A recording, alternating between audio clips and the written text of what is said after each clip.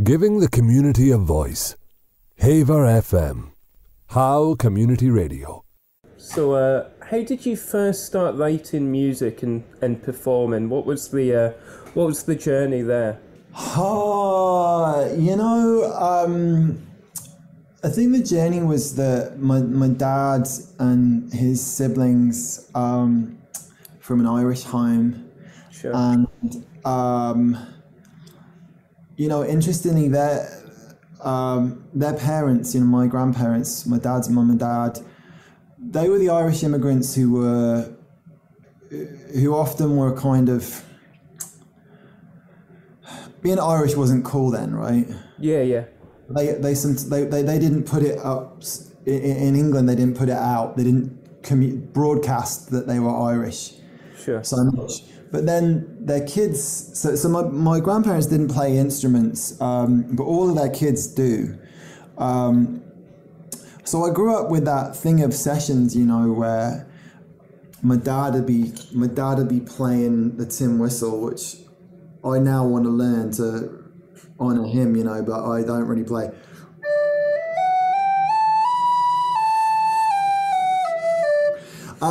He'd be playing like. And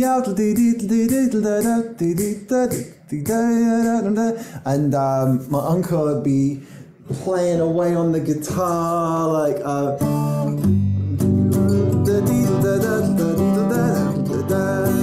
and my mum and aunties and my nan would all be ceilidh dancing. I mean, I'm sure you know the crack being a Scotsman. Yeah. And so just being around that music as a kid, it was just the air we breathed. It was very normal to play music, to sing, to dance. It wasn't something special. And the great thing about the folk tradition in the British Isles is that everyone's welcome, Like if someone comes into a session and all they can do is play the spoons, people are like, oh great, Yeah. Go for it. And so I just started singing and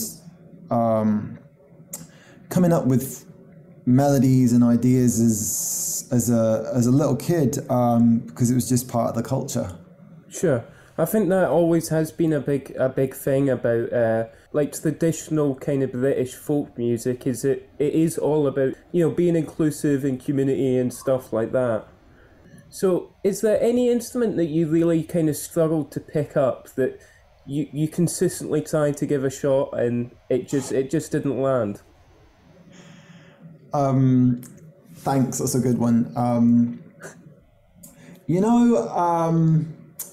I've always found singing very easy and drawing and writing very easy. Sort of primary skills, right, that don't require a whole new way of using our body. But everything else, like I play guitar and I'm pretty good now, right? But it was hard. I had friends who just, they would just be there all the time playing, like it was their Game Boy, right? As a teenager, playing guitar all the time. And for me, the way my brain works, I found it like challenging to get into. This whole mad thing of like, when you're holding a guitar, the strings, you can't even really see the strings. And your fingers are bending round into this angle that we never really like do many things like that as human beings. So you're having to use your body in this whole new way. So I've had to work at the guitar. I'm not one of these people like Jimi Hendrix who just like fell in love and just played all the time. Like I've had to really push myself. And then I tried starting the Irish bagpipes because my daddy's a piper and I love the pipes.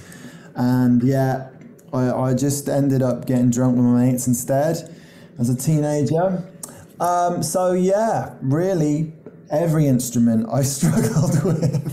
Sure. Well, it really makes me glad to hear that you struggled with guitar, because I've just recently started learning, maybe in the past month or two, and it's exactly as you said, it's so difficult to just get your head around, practicing and playing, because it's not just one variable you're working with, it's multiple, it's every single maneuver and technique that you do will totally alter your sound and your tone,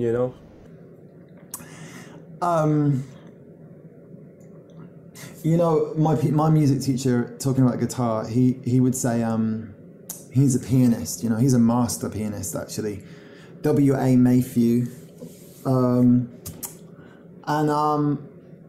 he just said, I do not understand guitarists. It's like I just sit here and I look down and I can see all the notes and I just play them, right? I just put my hand on them and they play. Whereas with guitarists, like you say, there's like it's the same note in multiple different places, and it's a mad one. It's a mad one. So, who are some of your biggest musical influences as an artist? Musical influences. I think the biggest influence on me growing up would be the great Londoner Scott Rory McLeod. He was big on the folk scene when I was growing up, playing the folk festivals. And have you heard his stuff? I can't say I have, but I will definitely listen after this. I'm going to put it in the chat for you. Here we go. Rory McLeod. And if you're gonna Google something, then there's a good video of him doing a song. I'll put it in the chat again. Farewell, Welfare.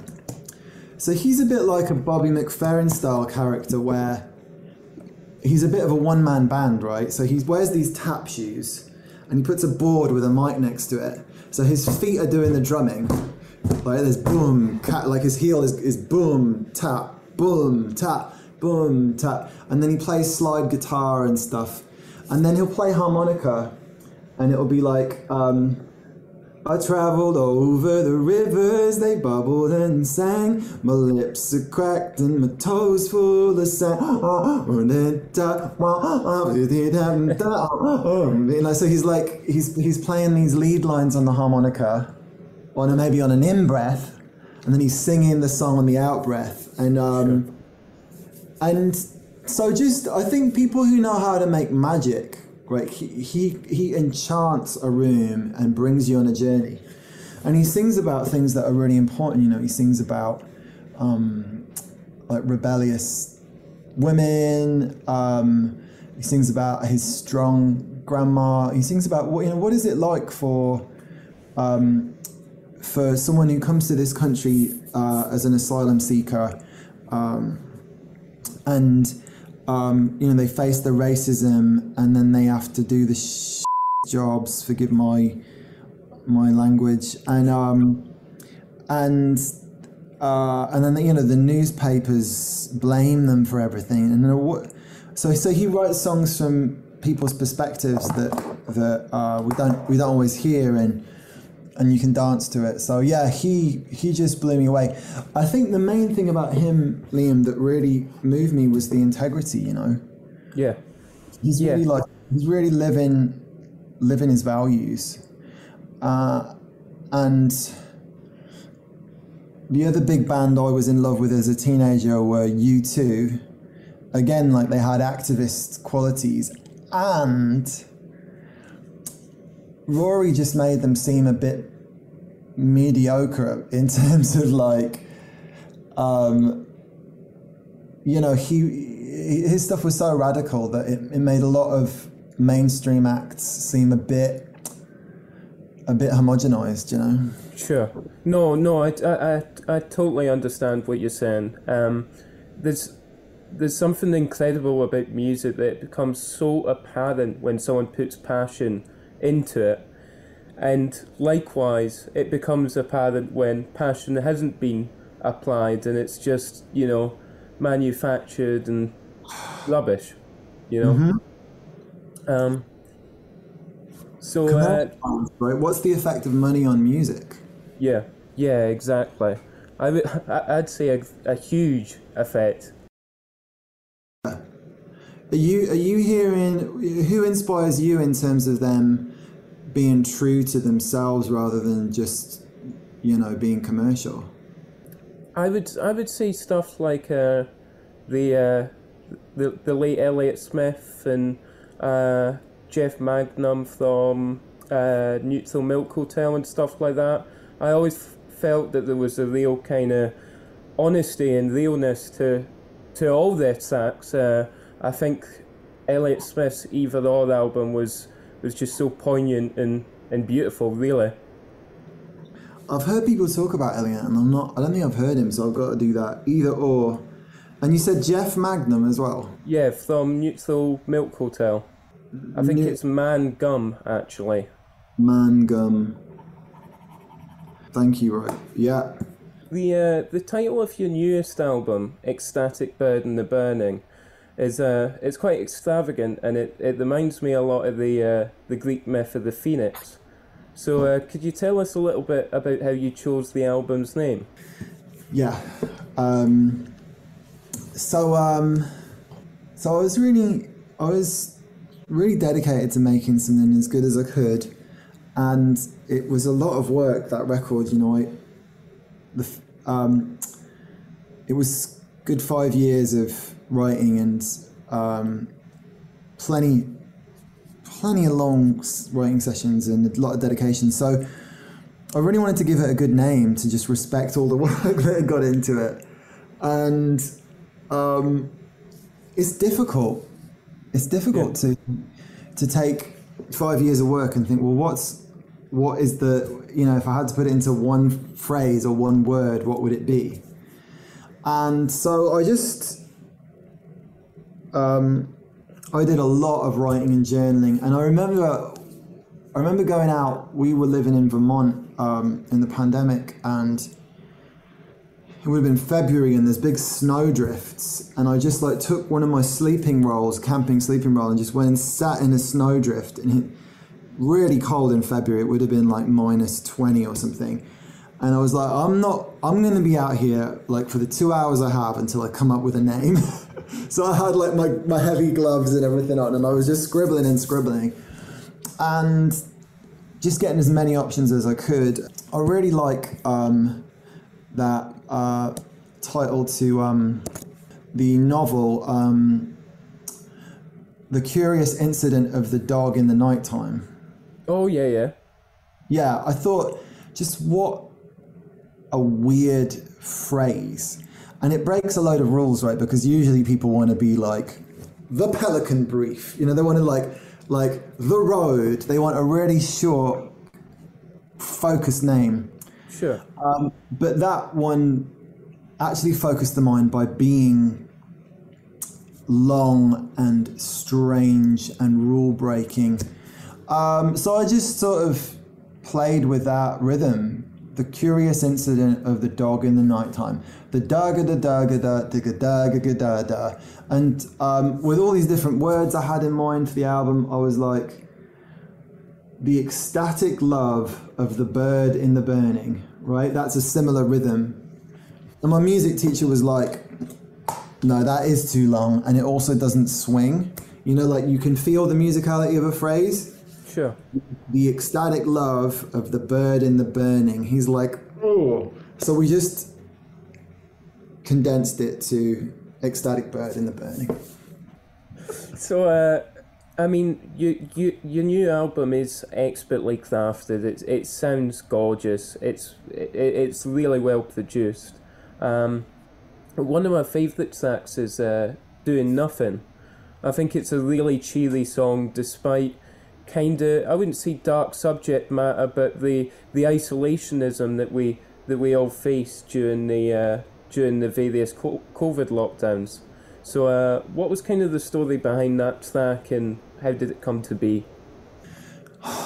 Really appreciate that you've listened, and that you prepared for this. Thank you. The story behind that song is just I'm a bit of an internet addict, right? Like I get overwhelmed by life or sadness or busyness or tiredness, and then I just I just want to go on YouTube for 10 minutes. And there have been points in my life where that 10 minutes could turn into 9 hours. Do you know what I mean? Where I'm just feeling so overwhelmed or whatever, and I just want to check out. And then I check out for these huge spans of time. And then when we learned that these companies are actually trying to do that, right? They wanna pull us in and keep us in with these different adverts that are coming up in between the short videos. And so it's hard. And I think that the more chaotic the world gets, the more challenging it's going to be for us to defend ourselves. And so the song was my way of confessing my addiction.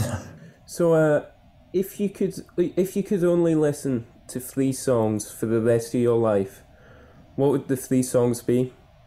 I'm just going to come off the top of the noodle. I'm not going to think about it too much.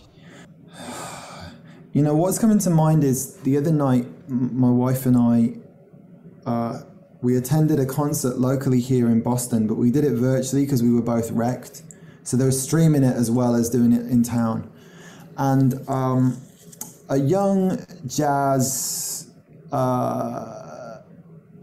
musician called Devon Gates, she came up and she sang over this arrangement she'd made, and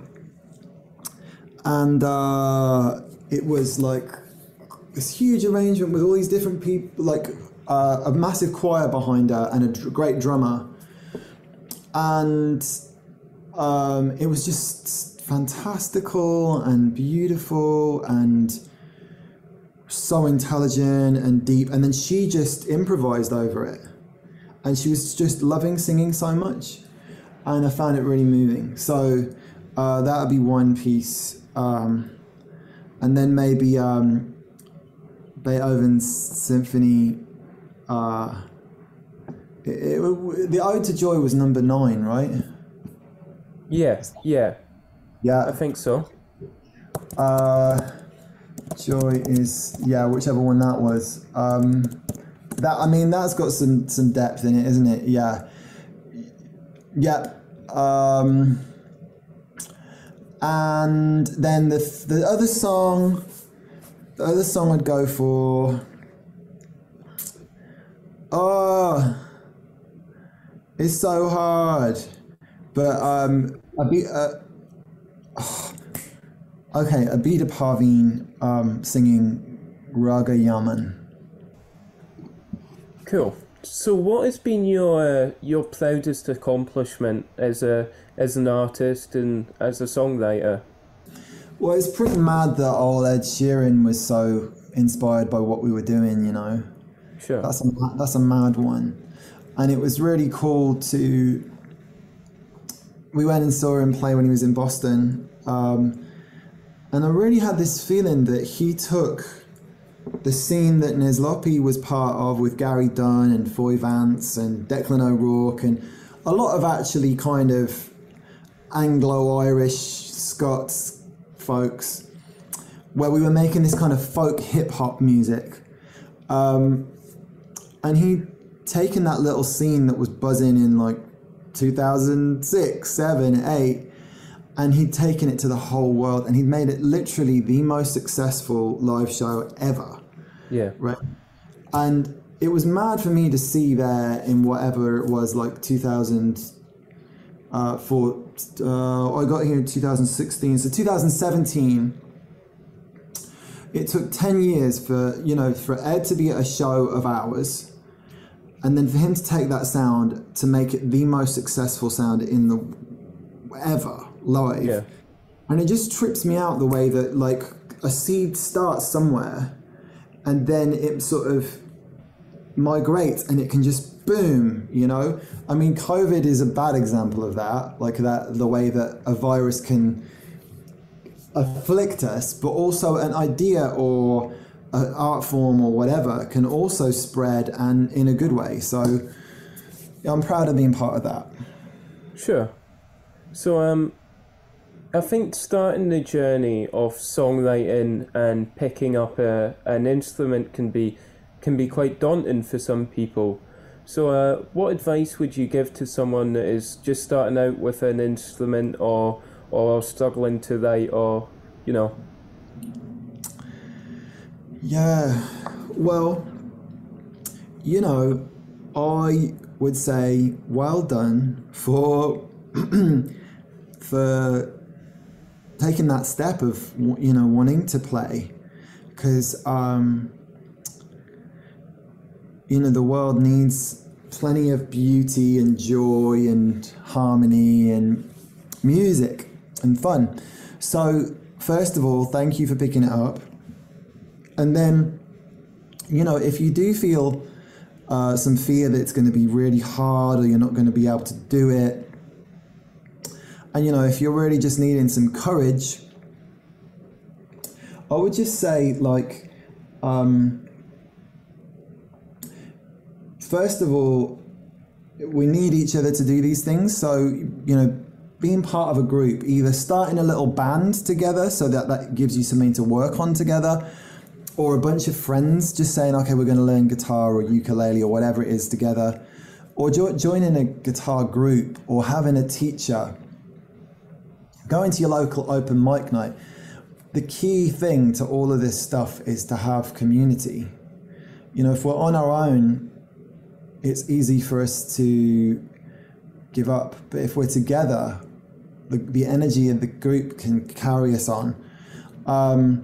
So that would be the main thing, I'd say. And then, you know, just sod all the rules. But, you know, one way to begin an instrument is just to use it like a toy, right? It's just, you pick it up and you just let your hand fall on the guitar, and then you're like, oh, what? And you just enjoy it. And then as you start playing around, you'll be like, oh, I like that.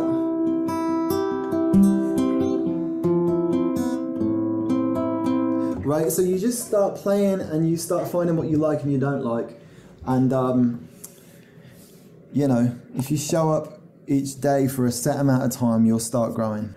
I think because we live in such accelerated lives now as well, I think it is a lot more difficult to start something and be met with even a small amount of resistance and go, do you know what, not worth my time. You know, I've got this and this and this, and this is just too much effort and too much work, you know.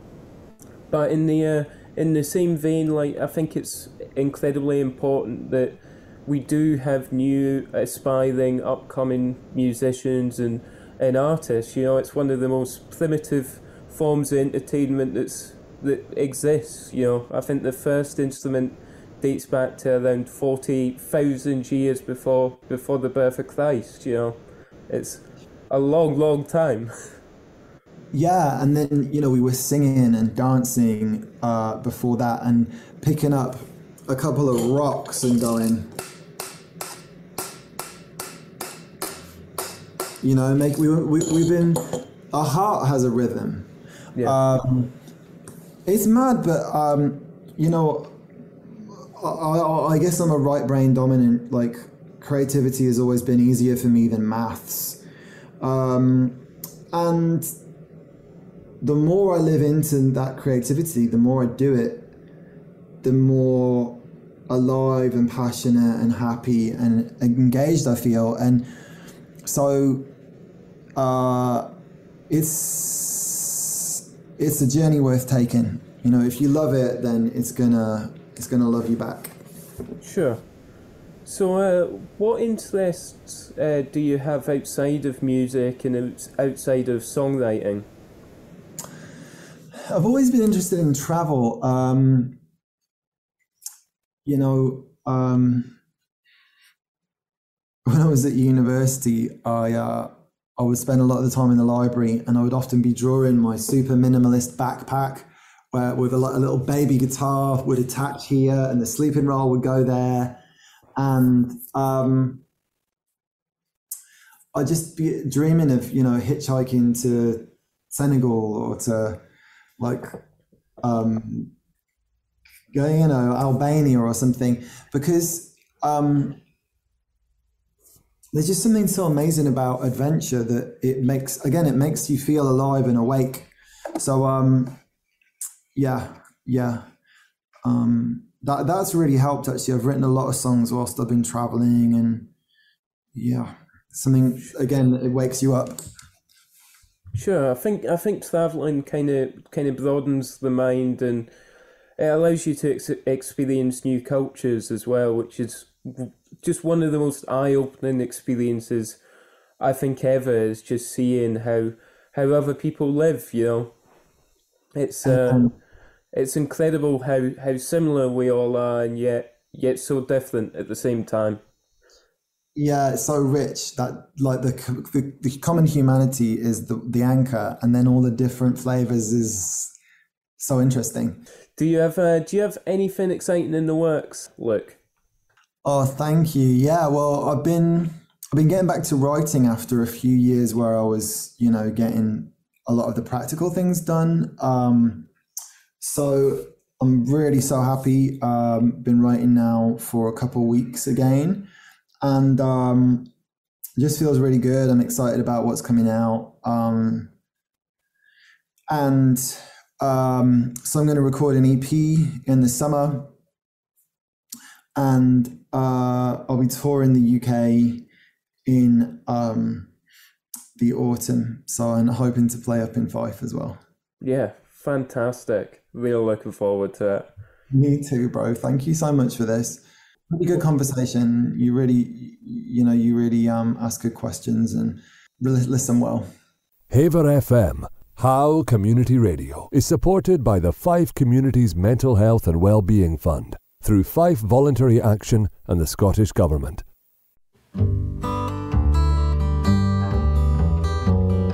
I'm not doing nothing at all with my life. I'm watching cage fighting, comedy shorts all night. I'm doing nothing at all that I'm called to.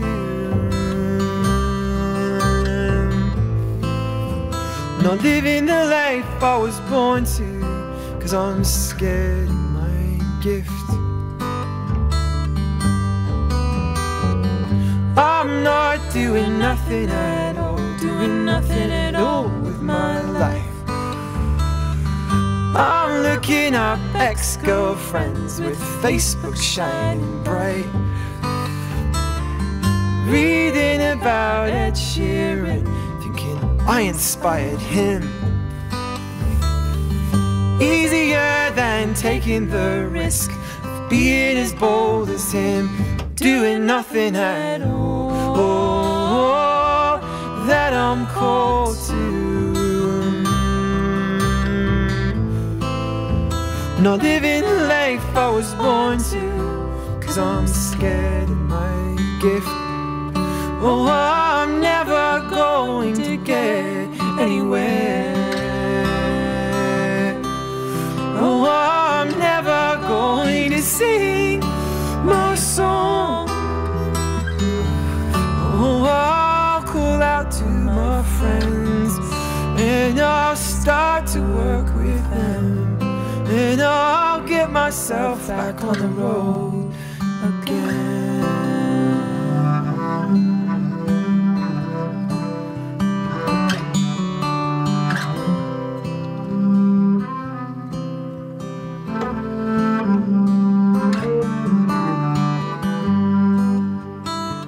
Start giving our all to what we're called to.